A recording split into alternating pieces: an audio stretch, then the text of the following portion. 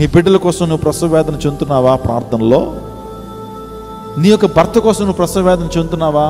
భారంతో ప్రార్థన చేస్తున్నావా?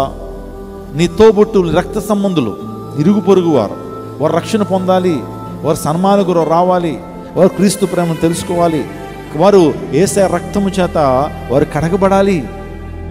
నేను పొందుకున్న ఈ దీవెనలు, నేను పొందుకున్న ఆత్మీయ దీవెనలు వారు కూడా పొందుకోవాలి అనేటువంటి ఆలోచన, పొందాలనేటువంటి ఆ భారం మన జీవితంలో కలిగి ఉండాలి. అనుక్షణము కూడా ప్రభు సువార్తను ప్రకటించాలనే భారాన్ని మనం కలిగి ఉన్నప్పుడు అటువంటి వారిని దేవుడు బహుగా దీవించడానికి, ఆయన వాడుకోవడానికి ఈ ఉదయకాల సమయంలో ఆయన ఇష్టపడతా ఉన్నాడు. ఈ రోజున సంఘాన్ని కట్టేటువంటి వ్యక్తిగా ఉన్నావా, లేకపోతే సంఘాన్ని పడగొట్టడానికి ప్రయత్నం చేస్తున్నావా? సేవకు సహకరిస్తున్నావా, లేకపోతే సేవను ఇంకా పాడు చేయాలని ఆలోచన కలిగి ఉన్నావా? ఒకవేళ దేవుని యొక్క సేవను ఎవరన్నా పాడు చేయాలనుకుంటే వాడు దేవుని చేత పాడు చేయబడతాడని దేవుని లేఖనం సెలవిస్తూ ఉంది. అందును బట్టి వీలైతే, చేతనైతే మేలు చేద్దాం, వీలైతే దేవుని యొక్క స్వార్థ సేవకు సహకరిద్దాం, వీలైతే సంఘానికి ప్రయోజనకరంగా ఉందాం. అంతేగాని నిష్ప్రయోజనమైనటువంటి పాత్రలుగా మనం మిగిలిపోవద్దు.